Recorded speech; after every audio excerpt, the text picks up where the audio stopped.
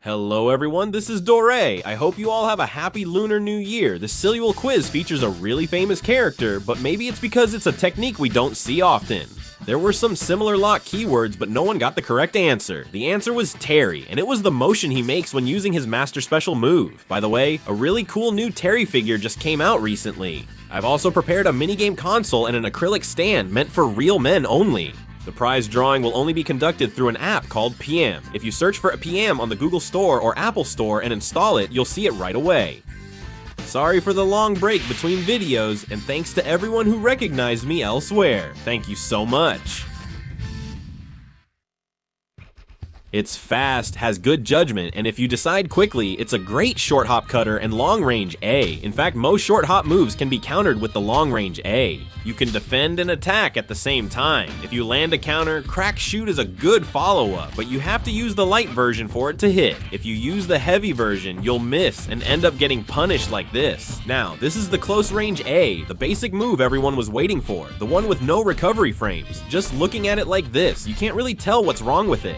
It's fast, and you can cancel it too. If you use it well, it even makes you look like a pro for no reason. If your opponent crouches, it just whiffs and becomes useless. It's meant for close range, but using it up close actually puts you at a disadvantage. Alright, the ball has been stepped on. This is Terry's far-standing B, which is essential in footsies. Whether it's in previous games or later ones, this basic move is Terry's main tool for zoning. Of course, in this game, just because you can see the move doesn't mean you can always hit with it. Compared to other strong footsie characters, this move's hitbox and priority are excellent. Against Kaio, who also plays footsies, Terry has better priority. But the upper hurt box is so large, you could get hit by a weak normal like this. Now, if you're tired of those short-range footsies, there's the far C, which has great priority and is reliable. I'm not joking, characters who try to bait footsies can be dealt with using far C. It starts up 2 frames faster than far B and has much better priority. What's more interesting is that the reach itself isn't significantly different either.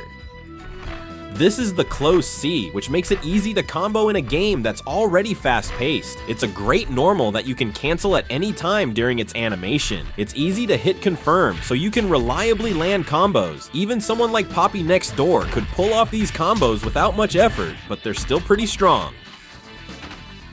This is the most useless normal in the world, far D. It wastes a whopping 19 frames just for the hitbox to come out. Even Bill Gates wouldn't use this trash. Its hitbox isn't even good, so you can't use it for zoning either. If you accidentally use this and your opponent is playing as Rasputin, you just have to accept getting punished.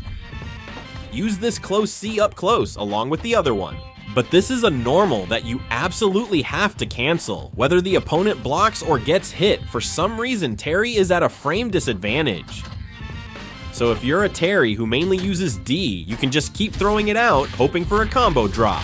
You have to suffer this kind of humiliation just for missing a single cancel. Still, it's the only starter that lets you land the dream move, Max 2. But you have to be really close and cancel super fast to barely pull it off. Most of you will probably just whiff and get punished for it. If you play Terry, you'll end up using crouching A a lot. It mainly works as a bridge while hitting low, and even on hit, it's very advantageous in terms of frames, so your chances of connecting special moves go up. Personally, compared to other characters crouching B, Terry's goes in very smoothly, and you can even cancel it into a jump, right? Of course, there are better normals for jump cancels, but just know that it's possible. The startup frames for crouching B are the same as Gemjo C. Even so, this character is trash and doesn't really have any overhead moves. Crouching B, used for low pokes, is now the starter for Terry's 9-hit combo. You can link straight to a command move from Crouching B, and in the corner, mix empty jumps and low pokes for extra combos. Of course, I don't think any of you will be able to pull it off. Another basic move that can defeat those stingy players who use footsies is Crouching C. For footsies, far C is 1 frame faster. It's slower, but it has better priority and longer reach. With its overwhelming reach and priority, it's great for locking down your opponent's guard, or when you're charging meter. It's amazing to use against opponents who try to play the game with long-range normals. Just remember that this move can also be cancelled into specials. Additionally, its guard-breaking ability is excellent. Usually, if you hit the opponent's guard with this about 7 times, their guard will break. If your opponent's guard flashes, consider using Crouching C to break it. Now, this is Crouching D, a slow but excellent normal. The reason it's so good is that even though it's slow and the opponent can see it coming, you can cancel it into specials. From a distance, keep showing Crouching D and whiffing it. Then, your opponent will usually either stay on guard or try to rush in. Combined with Terry's incredibly fast specials, honestly, it's pretty broken, so if they jump, you can catch them with Crack Shoot like this, and if you're in the corner, you can even pull off a stylish combo. The hitbox for Hyper Jump and Short Jump is different from regular Jump A. With Hyper Jump, the attack hitbox is trapped inside the hurt box like this, so it's not very reliable for air-to-air or rush situations. But Short Jump A is absolutely insane. If you use it well, there's no better normal for Terry to use for frontal rushdowns. As an anti-air, at the very least it trades, and it almost always wins. Jump B is basically made just for air-to-air situations, right? Crack Shoot, you use it when landing follow-up hits, but it's also a great normal for catching jump-ins. Out of all the normals Terry has, this one has the fastest startup frames. Even just using back jump B well will annoy your opponent, but characters with a low hurt box like this won't get hit by jump B. You'll get hit low right away and get blown up, so don't use it for rushdowns. It's a standard jump C. Still, its advantage is that it can be used for cross-up guard. Also, it starts up 3 frames faster than jump D. If jump C is for frontal rushdowns, then jump D is basically for cross-up guard. Even minor characters get hit in the head mercilessly. Additionally, Jump C can never beat Choi Bounge's Crouching C, but Jump D can. Flying Kick, Quick Vertical, and Jump D are all strong air-to-air options.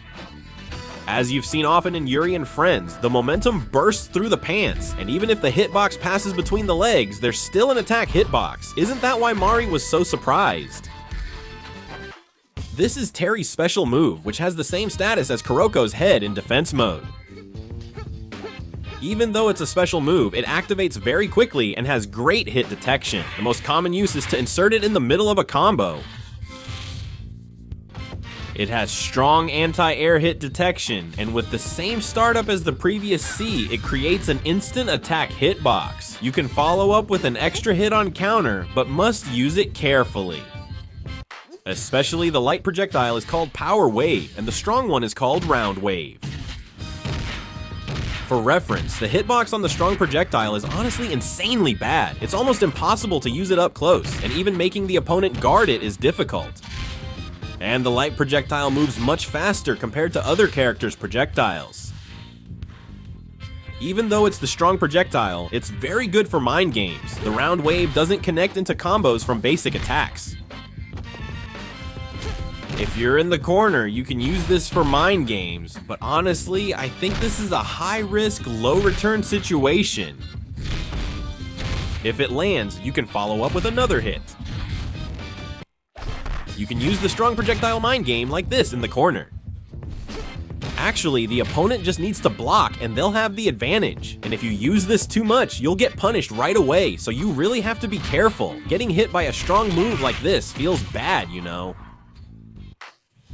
This is Carrie's trademark move, the Pan Knuckle. If you control the distance well, you can hit the opponent without giving them any chance to counterattack. It's a tricky move that even Yashiro's Fine can't counter, but controlling the distance is easier said than done. But when you try it, it doesn't work as expected. You get punished like this. If you go too deep by mistake, you'll get your head smashed immediately. During matches, you'll sometimes notice careless players wandering due to the crack shot move. It's especially effective if your opponent is a heavy shooter.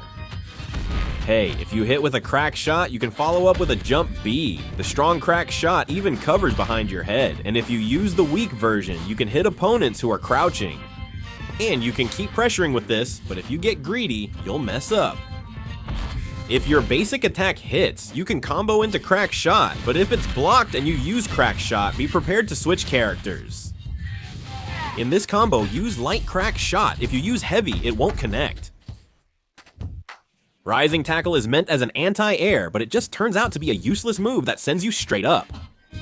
It doesn't have the invincibility frames or armor it had in previous games. And if you think the attack hitbox is super strong, that's not the case either. You can't even counter obvious moves with it. Even if you manage to anti-air with this, can you really call it a success? It's a trash move that loses to both reversals and basic attacks. Seriously, it's a move that fails at both looking cool and feeling impactful. For reference, the light version starts up 1 frame faster than the heavy version. If you use the heavy version, the attack hitbox goes crazy. If you try to challenge it head on, it's hard to win unless you have an invincible move. The impact feels really satisfying when it lands, but the downside of this move is that it's easy to dodge. It's just too easy, honestly. To be real, the idiots who used to throw this out recklessly don't play fighting games anymore. If you use the board, you can cancel after the first hit, and you can use this to pull off combos in the corner. Even with just 3 bars of meter, you can shred your opponent's health bar.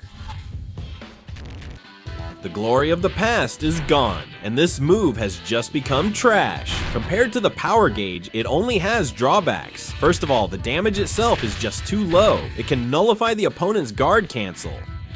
That's only if things go well, but the invincibility frames are so short that even this doesn't work most of the time. Still, the impact and style are amazing. Apply quickly for a Yuri acrylic panel after installing. It's available only through February. This is Harry's Max 2. This technique was also used in the silhouette quiz. If you land a hit, you can even turn around a losing situation, but it's really hard to pull off as a combo. In fact, you can only really use it with a close range D, and even then, you have to use it really fast. Your hands need to be really quick. But to make it even more reliable, you should activate it at the same time as you turn on the mode. Instead of obviously aiming for max 2, you use it instantly. Anyway, it's a technique that you old and worn out folks won't be able to use. With just 2 Shinju, you can add an extra hit after max 2. Although the pick rate for 2 Shinju is low, if it happens, you can pull off this absolute combo.